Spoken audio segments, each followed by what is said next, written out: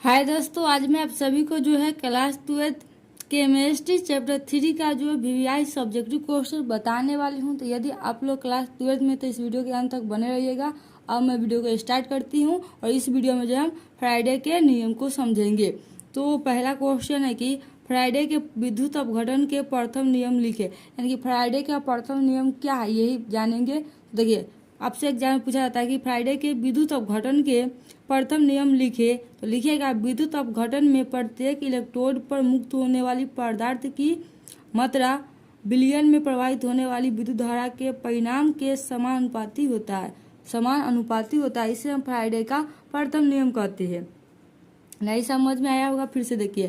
कहता है कि विद्युत अपघटन में प्रत्येक इलेक्ट्रोड पर जो मुक्त होने वाली पदार्थ होगा उसकी मात्रा और बिलियन में प्रवाहित होने वाली धारा का मात्रा धारा के परिणाम के क्या होगा, समानुपाती होता है। इसे फ्राइडे के प्रथम नियम कहते हैं। जैसे में देखिए, यानी कि विद्युत अपघटन प्रत्येक इलेक्ट्रोड पर मुक्त होने वाली पदार्थ की मात्रा क्या हो गया, W हो गया।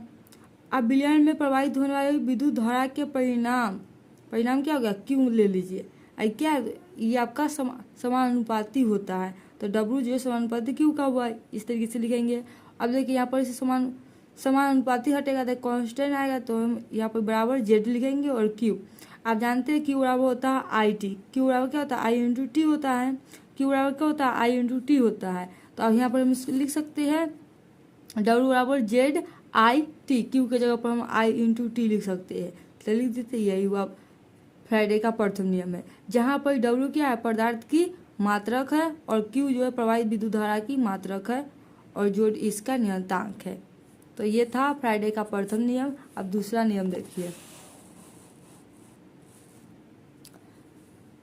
फ्राइडे के विद्युत अपघटन के द्वितीय नियम लिखे। द्वितीय नियम में क्या होगा, अलग अलग विद्युत अपघटन के बिलियन में अलग अलग रहेगा विद्युत अपघटन के बिलियन, और उसमें समान धारा समान समय के लिए प्रवाहित करने पर, यानी कि उसमें जो है समान धारा समान समय के लिए प्रवाहित करने पर इलेक्ट्रोड पर मुक्त होने वाली मात्रा है उसके तुल्यांकी भार के समानुपाती होता है।